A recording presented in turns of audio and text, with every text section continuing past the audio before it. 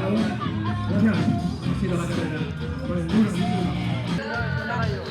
Bien, muy bien, una carrera muy divertida, con muchos obstáculos. El terreno a lo mejor para mí me gusta un poco más pendiente, pero muy bien, no me esperaba que pudiera salir un circuito tan divertido y muy contenta. ¿Era tu primera Spartan Race? No, es la cuarta. ¿Has hecho Barcelona?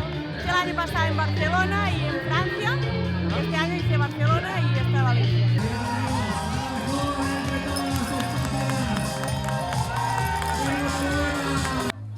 La Spartan Junior, Spartan siempre hablando también de los... Era mi segunda Spartan Race. La primera fue la Best de Barcelona, que me invitaron 3 días antes y la verdad es que fallé mucho. Pero en esta tengo que reconocer que he podido hacer la Spartan perfecta. No he fallado nada y ahí ha estado la clave. ¿Qué te ha parecido el recorrido de Valencia?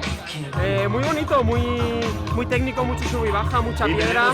Si no te gustan las piedras, aquí lo pasas. No se puede tirar ¿Qué más te ha gustado? porque seréis... A mí me han gustado mucho las pozas. Yo soy un poco así jabalí y me gusta meterme en el agua. Pero todos en general están muy bien, la verdad, estamos muy bien puestos. Pero...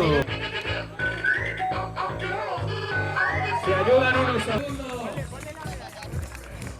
Recibe ya también, sube la espartana.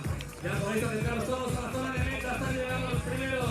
Recordad 2,5 al podio, no os perdáis.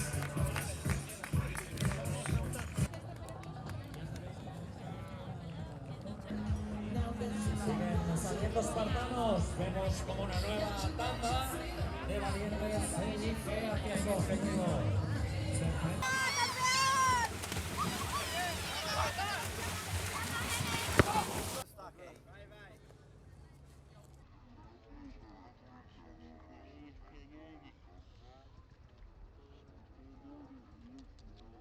Hay que dejarlo ahí cajón ya. Venga para arriba, a sufrir un poco. Vamos, vamos, vamos, vamos, hay que sufrir.